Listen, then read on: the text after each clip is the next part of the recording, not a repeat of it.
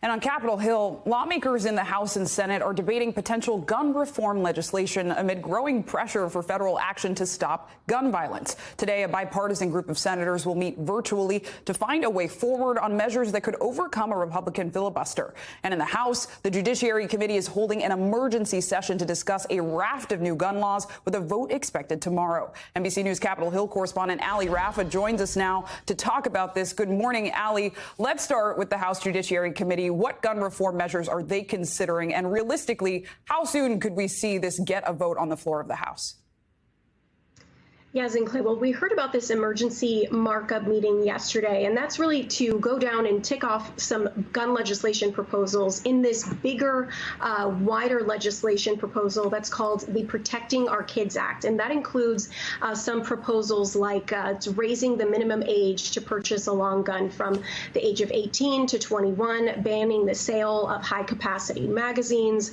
It also includes some more regulations on bump stocks, ghost guns, as well as like the safe storage of guns inside homes. Now, it's unclear whether these bills will be presented individually or as one mass proposal, but it does have a good chance of passing in the House when it does. We already know there is a plan when the House comes back on June 7th.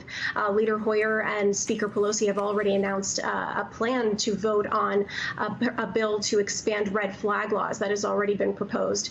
And so this is just another sign that there's an urgency on Capitol Hill to get some sort of legislation done, not just in the Senate, but also on the House side too, Sinclair. And you talked about urgency. Something we see a little less is often bipartisan collaboration, but a bipartisan group of senators will meet today and talk about these gun reforms and legislation. Might we see an actual proposal, and what do you expect from those talks?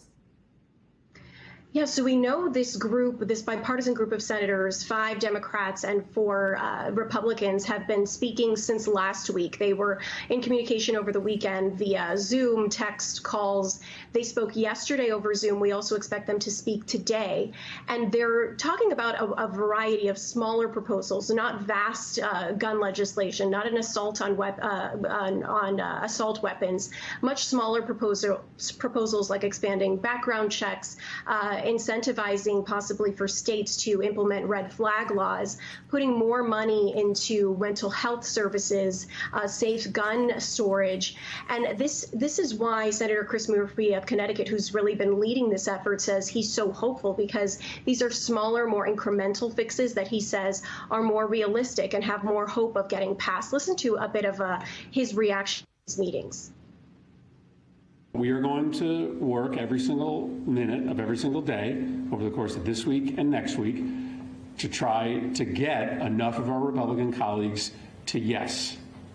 I hope they are moved by what they have witnessed in the way that the rest of this country has been moved. This is a test of democracy. I mean, I think a lot of the people in this country are giving up on democracy. And if we fail to come together in the wake of last week, I think a lot more people will choose to give up on democracy. And remember, Murphy needs to find 10 Republican senators to, whenever these bills do come down for a vote, to vote with Democrats and break that filibuster to get any sort of change solidified, Sinclair. And there are lots of calls for change. We heard that a bit from Guad earlier. What is the White House doing about this renewed push for gun laws? And do we know if the president is considering his own executive action, especially given what feels a bit like deja vu, right? A horrific mass shooting, calls for gun control, but then nothing really changes. Yeah, Zincley. Well, President Biden has to walk a sort of fine line here. He wants this to be bipartisan. He wants to let these senators on both sides of the aisle do their work without his involvement. And he said that he really doesn't have much of a say, with the exception of, as you said, executive orders. But that's something that the White House doesn't want to have to do. Yesterday, he said that he has full faith in Leader McConnell, in Texas Senator John Cornyn, who's also involved in some of these talks. folks. And we know that this is personal to him. This is something that he took upon himself after Sandy Hook. He was tasked with leading gun reforms under President Obama, and we know those failed. So he really does have an effort and a personal involvement in this, in trying to see this forward. But his ability to do so is definitely limited, Sinclair. Important analysis. Allie, thank you so much. Thanks for watching our YouTube channel. Follow today's top stories and breaking news by downloading the NBC News app.